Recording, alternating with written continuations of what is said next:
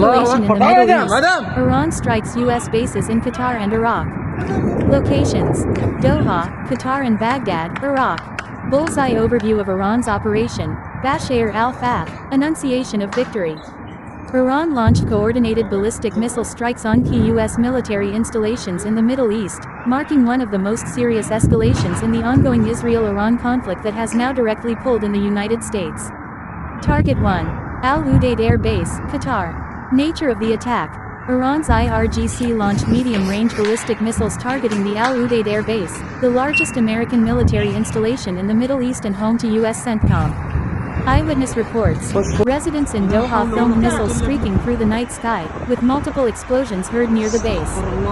Some videos show intercepted missiles and falling debris in residential areas. Qatari reaction. Qatar's foreign ministry condemned the strikes as a flagrant violation of sovereignty and international law. Qatar has temporarily shut down its airspace, disrupting commercial and military aviation in the Gulf region. Casualties and damage unconfirmed. The U.S. reportedly evacuated high-value personnel and assets days before the attack, limiting damage. Bullseye Target 2. Al-Asad Air Base, Iraq.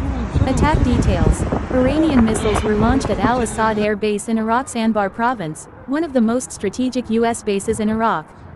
U.S. military readiness. Intelligence and surveillance likely provided early warning, prompting an evacuation of most personnel. No casualties have been reported so far. Iraqi response. The Iraqi government has called for restraint and warned that its territory must not become a battleground for regional powers. United States, U.S. and NATO response. Pentagon. Spokesperson confirms no significant damage, and says all military options remain on the table. CENTCOM. Raises alert levels across all Middle Eastern bases. Drones and surveillance aircraft launched to monitor Iranian missile batteries. White House. President Trump held an emergency National Security Council meeting. His message: Iran has chosen escalation. We will respond at a time and place of our choosing. U.S. embassies in Qatar and Iraq have issued shelter-in-place alerts for all U.S. citizens. NATO. Secretary General condemned the attacks, calling them reckless acts of aggression. International fallout. Airspace disruptions. Qatar, Bahrain, and parts of UAE have restricted or closed airspace, causing major reroutes of international flights. Oil prices spiked by 6.5% overnight, due to concerns about potential threats to the Strait of Hormuz, through which 1/5 of the world's oil passes. UN Security Council. An emergency session has been requested by France and the UK. Fire key takeaways and risks. Direct Iran-US confrontation has officially begun beyond proxy warfare. Al-Udeid base being targeted is symbolically and strategically significant, as it houses intelligence, air operations, and refueling capabilities critical to U.S. operations in the region. Israel and Saudi Arabia are on high alert, fearing coordinated Iranian responses through proxies like Hezbollah or the Houthis.